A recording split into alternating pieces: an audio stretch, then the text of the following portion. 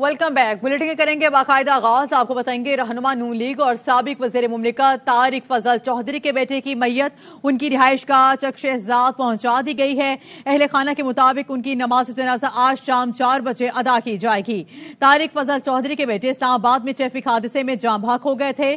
اس نے طارق کی گاڑی موٹر سائیکل سوار کو بچاتے ہوئے الٹ گئی تھی۔ انہیں ہاسپٹل منتقل کیا گیا تھا جہاں وہ زخموں کی تاب نہ لاتے ہوئے دم توڑ گئے۔ پولیس کے مطابق حادثے کے وقت طارق فضل چودھری کے بیٹے کے ساتھ گاڑی میں دوست بھی موجود تھا جو حادثے میں شدید زخمی ہوا، جس کا پولی کلینک میں علاج جاری ہے۔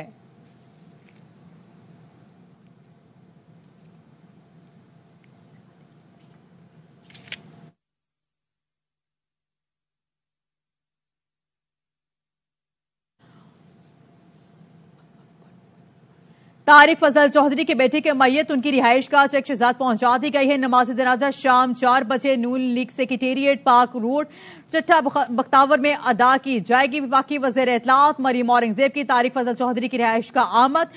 مریم اورنگزیب کا طارق فضل چودھری سے بیٹے کے انتقال پر اظہار افسوس۔ مزید ڈیٹیلز لیں گے عدنان طارق سے، اظہر فاروق سے مزید ڈیٹیلز لیں گے۔ جی اظہر۔ جی، طارق فضل چودھری کے صاحبزادے انور طارق کی میت ان کی رہائش گاہ پہنچا دی گئی ہے۔ ٹریفک حادثے میں ان کا انتقال ہو گیا تھا۔ مریم اورنگزیب اور اہل علاقہ جو ہے وہ بڑی تعداد میں ان کی رہائش گاہ پہ موجود ہے۔ مریم اورنگزیب نے طارق فضل چودھری کے ساتھ ان کے بیٹے کے المناک انتقال پر افسوس کا اظہار کیا ہے۔ طارق فضل چودھری کے بیٹے کا جو نماز جنازہ ہے وہ آج شام 4 بجے ادا کی جائے گی۔ ان کے گھر کے قریب ہی واقع ہے چٹھا بختاور، جہاں پر مسلم لیگ کا سینٹر سیکریٹریٹ بھی ہے، اور وہاں پر ہی ان کی نماز جنازہ کا اہتمام جو ہے وہ کیا جائے گیا ہے۔ اہل علاقہ کا کہنا ہے کہ ان کے جو اہل خانہ ہیں انہوں نے اناؤنس کیا ہے کہ 4 بجے نماز جنازہ ادا کی جائے گی۔ تو اس وقت لوگوں کی آمد کا سلسلہ ان کی رہائش گاہ پر جاری ہے۔ ان کے قریبی عزیز اور رفقا اور رشتے دار جو ہے وہ بڑی تعداد میں ان کی رہائش گاہ پر موجود ہیں اس وقت۔ ٹھیک ہے، بہت شکریہ۔ مزید آپ کو بتائیں گے نئی سیاسی جماعت سابق وزیر اعلیٰ خیبر پختونخوا پرویز خٹک نے نئی party P T I parliamentarians بنا لی ہے۔ سابق وزیر اعلیٰ کے پی محمود خان بھی نئی پارٹی میں شامل ہو گئے۔ پی ٹی آئی سابق 57 ارکان کی حمایت کا دعویٰ۔ سابق وفاقی وزیر پرویز خٹک نے نئی جماعت بناتے ہوئے اپنی پرانی جماعت پی ٹی آئی پر سوال بھی اٹھا دیے۔ کہا عوام کو سوچنا چاہیے تحریک انصاف نے انتخابات کے مواقع کیوں ضائع کیے۔ ان کا کہنا ہے کہ یہ ایک بہت بڑا راز ہے، پردہ اٹھے گا تو آنکھیں کھل جائیں گی۔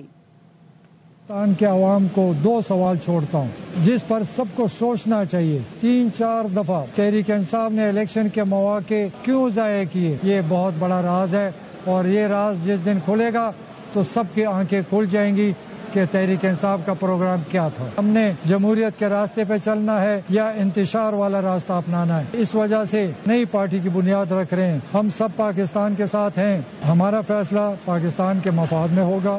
تحریک استحکام پاکستان کا بیج گلا سڑا نکلا جو فصل بننے سے پہلے ہی خاک میں مل گیا۔ پارلیمنٹیرینز نامی بیج بھی پہلی بارش میں ہی بہہ جائے گا۔ پی ٹی آئی کا پرویز خٹک کی پارٹی بننے پر رد عمل علی امین گنڈاپور نے کہا بے ضمیروں کے ٹولے کی کوئی حیثیت نہیں، آج ہی میڈیا سے چھپ کر آئے، الیکشن میں عوام سے چھپیں گے۔ پرویز خٹک کی سیاسی جماعت بننے کے آدھے گھنٹے میں ہی ارکان کی تردید کر دی۔ پیغامات میڈیا کو جاری ناموں میں سے 8 افراد کا پرویز خٹک سے اظہار لا تعلقی۔ ضیاء اللہ بنگش، محمد محمود جان، افتخار مشوانی، ملک شوکت، تاج محمد، پیر مصور، ساجدہ ذوالفقار، اعظم خان نے پی ٹی آئی پارلیمنٹیرینز میں شمولیت کی تردید کر دی۔ ویلکم بیک، اور یہاں پہ آپ کو بتائیں گے پی ٹی آئی کو الیکشن کے 4 مواقع ملے لیکن قیادت کی طرف سے انکار کیا گیا۔ مقصد ملک میں انتشار پیدا کرنا تھا۔ پرویز خٹک کی پروگرام خبر ود مہر بخاری کے ساتھ میں گفتگو۔ 57 ارکان کی پرویز خٹک کی حمایت اور بعد میں تردیدی بیانات کے سوالات پر پرویز خٹک بولے میڈیا پر غلط لسٹ چل رہی ہے، اصل لسٹ میرے پاس ہے۔ ہمیں موقع ملا کہ الیکشن ملے، میں حیران تھا۔ الیکشن ہم چاہتے بھی ہیں اور اس سے فائدہ بھی نہیں اٹھاتے، اس کے پیچھے راز کیا ہے؟ میرا خیال ہے کہ وہ اس ملک میں انتشار چاہتے تھے۔ مجھے چیف منسٹر بنایا، میرے بغیر یہ حکومت بنا نہیں سکتے تھے۔ ایک لسٹ جو غالباً آپ لوگوں نے آج شائع کی ہے 57 لوگوں کی، اس میں تو بیشتر تردیدیں سامنے آ گئی ہیں۔ لسٹ تو میرے پاس ہے، لسٹ لوگوں نے اپنی بنائی ہوئی ہے۔ مجھے بڑا افسوس ہوا کہ 9 مئی کو ہم نے لوگوں نے ایسی ایسی جگہ پر اٹیک کیا جو آرمی کے تنصیبات تھی، وہ نہیں ہونا چاہیے تھا. ہمارا تو احتجاج تھا لبرٹی چوک آنا ہے، ادھر پشاور میں جی ٹی روڈ پہ آنا ہے. جو ہوا تو کوئی تو ماسٹر مائنڈ ہوگا نا.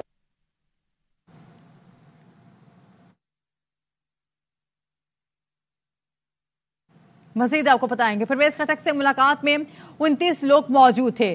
ضیاء بنگش بھی موجود تھے. انہوں نے پارٹی جوائن کی. پرویز خٹک کی پارٹی جوائن کرنے والے سابق ایم این اے یعقوب شیخ کی پروگرام 11 تھا میں گفتگو. کہا جو لوگ تردید کر رہے ہیں وہ سب موجود تھے. 1-2 دن میں مزید لوگ بھی پرویز خٹک کی پارٹی جوائن کریں گے. پارٹی جوائن کی ہے خٹک صاحب کی، ان میں یعقوب شیخ صاحب تھے، ایکس ایم این اے ڈیرہ اسماعیل خان سے. سر کتنے لوگوں نے جوائن کیا، کتنے پارلیمنٹیرینز نے جوائن کیا ہے تقریباً؟ آل ٹوگیدر 39 لوگ تھے پارلیمنٹیرینز ہیں، اس میں 5 ایم این ایز ہیں اور باقی 34 جو ہے وہ ایم پی ایز ہیں. ضیاء منگش بیٹھے تھے نا وہاں پہ؟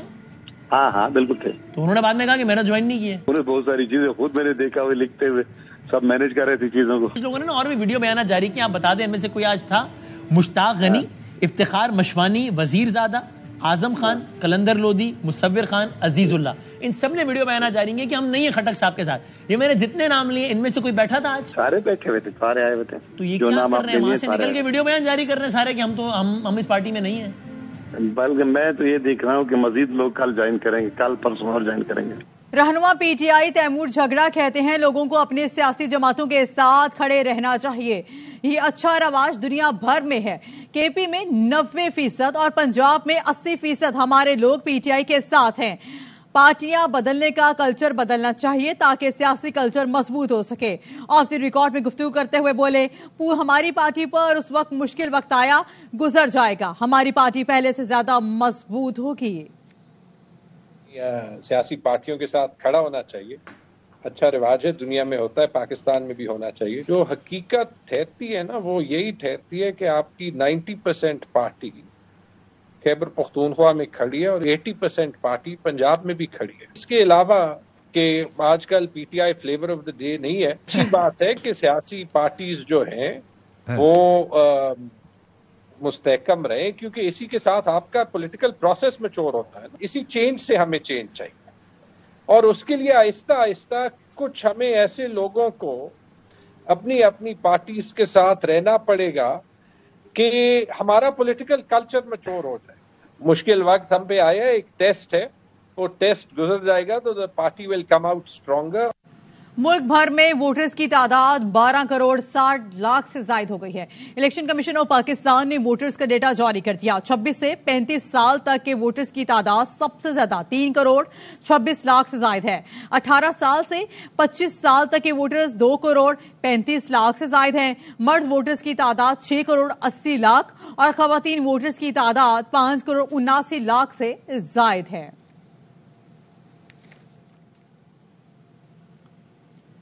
کور کمانڈرز کانفرنس میں پڑوسی ملک میں دہشت گرد پناہ گاہوں پر تشویش کا اظہار. پاکستان کی سلامتی کے لیے خطرہ قرار دے دیا. Army chief general Syed Asim Munir نے کہا ٹی ٹی پی اور دیگر دہشت گرد گروپس پاکستان میں مسائل پیدا کر رہے ہیں. قومی سلامتی کو لاحق کسی بھی خطرے سے نمٹنے کے لیے ہمیشہ تیار رہنا چاہیے. صرف ٹریگر دبانا ہی سب کچھ نہیں، نشانے بازی ہے اس سے کہیں زیادہ. پاک فوج جہاں نشانے بازوں کو سمندر کی گہرائی سے پہاڑوں کی اونچائی تک ہر ماحول میں لڑنے کی تربیت دی جاتی ہے. دیکھیے ڈاکومنٹری پاس آج صبح 11 بجے ARY نیوز. اس کو گرا دو، اس کو ہٹا دو، اس کو بنا دو، یہ کیسی سیاست ہے؟ سابق وزیر اعظم شاہد خاقان عباسی نے آئندہ الیکشن نہ لڑنے کا عندیہ دے دیا. ARY نیوز سے خصوصی گفتگو میں بولے تاریخ کا سبق ہے، جو مشکل میں کھڑا رہتا ہے ٹھیک رہتا ہے. مزید آپ کو بتائیں گے ماڈل ٹاؤن لاہور کی بیٹھک نے دبئی کے فیصلوں پر مہر ثبت کر دی. پی ٹی آئی رہنما شاہ محمود قریشی کہتے ہیں سب جانتے ہیں اس بیٹھک میں اسمبلی کی تحلیل نگراں وزیر اعظم کے لیے 2 بڑی جماعتوں نے فیصلے کیے. یہ ابہام نہیں رہا کہ نگراں وزیر اعظم کس کی مرضی کا ہوگا. پاکستان کے مستقبل کا فیصلہ 2 بڑی جماعتوں نے کرنا ہے یا عوام نے کرنا ہے. استحکام میں عدم استحکام کا شکار ہونے جا رہی ہے. نگراں سیٹ اپ کے لیے مشاورت شروع کر دی گئی ہے. وزیر اعظم کے مشیر قمر زمان کائرہ کہتے ہیں وزیر اعظم اتحادیوں کو اعتماد میں لینے کے بعد نام کا اعلان کریں گے. الیکشن اصلاحات کے نام پر انتخابات میں تاخیر نہیں ہو سکتی. نگراں سیٹ اپ میں غیر سیاسی لوگوں کی شمولیت بند ہونی چاہیے.